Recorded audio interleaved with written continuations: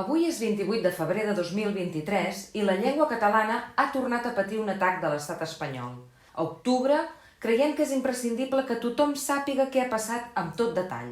Perquè mentre ens parlen de diàlegs ficticis i els nostres governants pacten amb l'Estat a canvi de res, PSOE, PP, Vox i tota la seva maquinària mediàtica mantenen intacta la seva guerra contra la nostra llengua. Comencem.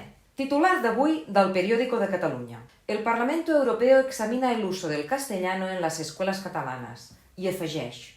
La inmersión lingüística será sometida este martes, o sigui, avui, a examen por parte de la Comisión de Peticiones del Parlamento Europeo. Primera qüestió.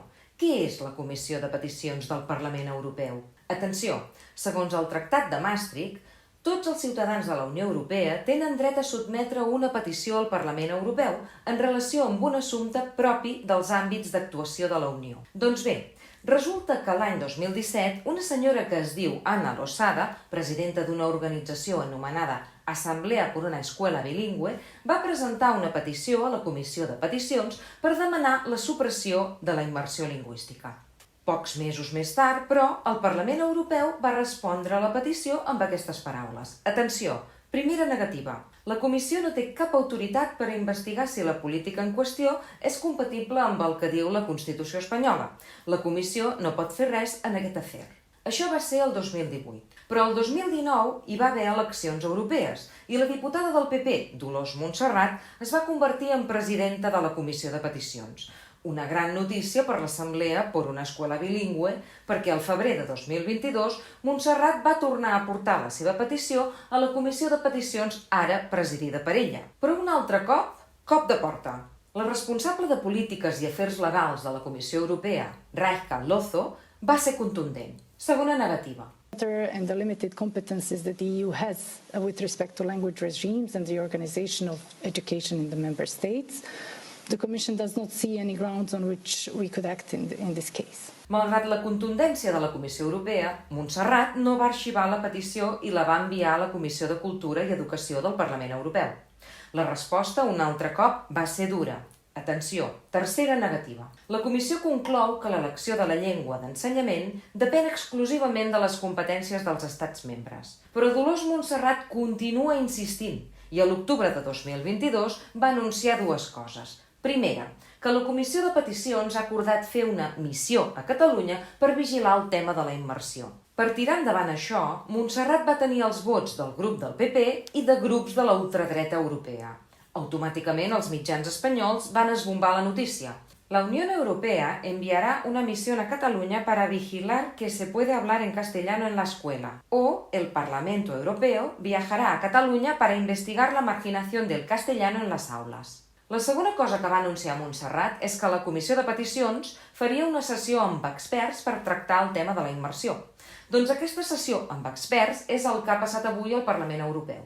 Atenció, dels 4 experts, 3 han estat proposats pel PP i un per Vox, i com us podeu imaginar, tots 4 estan en contra de la immersió.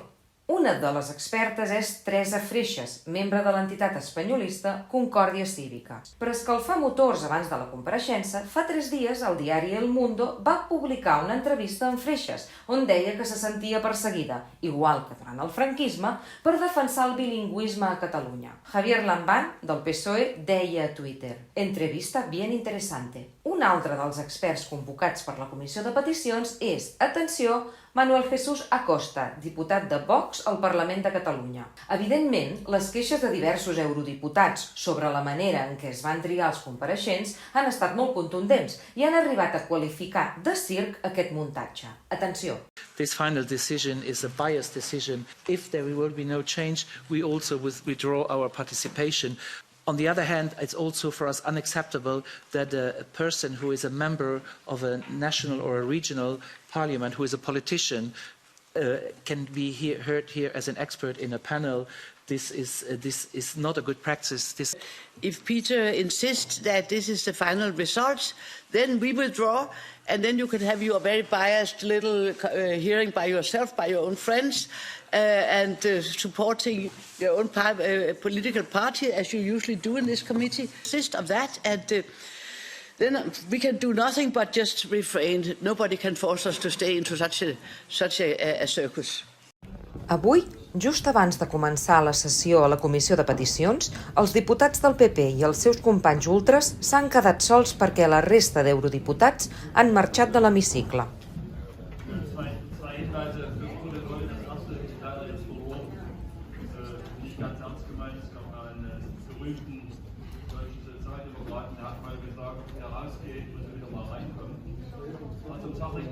Si mirem la notícia d'avui al periódico, trobarem un paràgraf que diu: según el Gobierno, esta petición no debería haber prosperado porque la Comisión Europea no tiene competencias educativas en Catalunya. Fixeu-vos, malgrat que la Comissió Europea ha dit 3 vegades seguides que de cap manera la Comissió Europea té competències educatives, per al periòdico això és según el Govern. A més, el periòdico de Catalunya oculta a la seva notícia les queixes generalitzades contra la utilització del Comitè de Peticions com a eina del PP. And now we are just here, we take the vote, we have the EPP, we vote you down, we continue. Next Spanish case, we take the vote, you vote it down. Next Spanish case, we go to the press, we tell the Spanish press. Now the European Parliament, the whole Europe is doing something for the Partido Popular. It's absolutely not acceptable, and I don't know how we can continue with this committee. Com deia al principi, mentre ens parlen de diàlegs ficticis i mentre els nostres governants pacten amb l'Estat a canvi de res, el PSOE, el PP, Vox i tota la maquinària mediàtica al seu servei mantenen intacta la seva guerra contra la nostra llengua. Com a ciutadans, no ens queda cap més remei que defensar-nos amb les eines que tinguem a mà. Per això hem fet aquest vídeo. Us deixo amb unes paraules sobre la llengua catalana de Clara Ponsatí al Parlament Europeu. I si el vídeo t'ha semblat interessant, sobretot, passa'l. Mrs. Ponsatí, my words cannot be translated because they were in Catalan. Millions of European citizens are being treated, even in this Parliament, as second-class European citizens. We're second-class, yes. And in the meantime, Spanish MEPs come to this microphone and speak about diversity and how languages unite. No, this is cynicism and it's intolerable. The truth is that the European Union underpins the position of national majorities in each member state and works against, not in favor of regionalized minority groups. Until we get self-determination in the European Union, our rights will not be respected. Thank you very much.